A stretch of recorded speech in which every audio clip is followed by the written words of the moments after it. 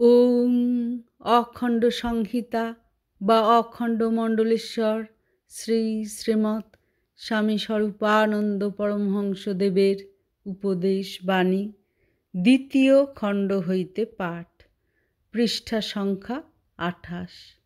মাতৃময়ী বসুন্ধরা। অদ্য বৈকালে শ্রী শ্রী বাবামণি ভবানীপুরে কোনো ভক্তগৃহে গমন করিলেন। মহিলারা আসিয়া শ্রী শ্রী বাবামণিকে প্রণাম করিতে লাগিলেন।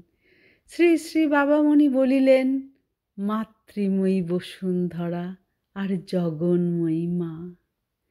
যে মায়ের পায়ে প্রণাম করে সমগ্র জগৎকে পেয়েছি, তিনি আবার ভক্ত হয়ে আমায় প্রণাম করছেন।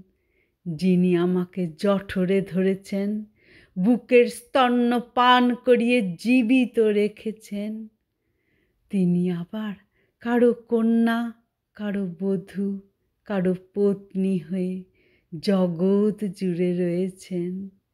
একই মা ব্রহ্মাণ্ড ব্যাপে বিরাজ করছেন। একই মা শত সহস্র রূপ ধারণ করেছেন।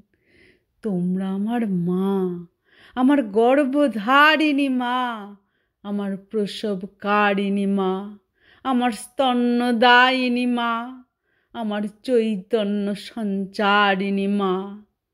তোমরা আমার মা, আমার প্রণবরূপিণী মা, আমার আদ্যাশক্তি মা, আমার পরমানন্দদায়িনী মা, আমার ব্রহ্মরূপা মা।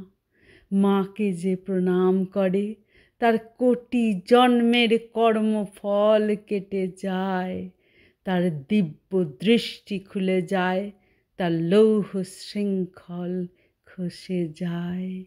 হরি ওম।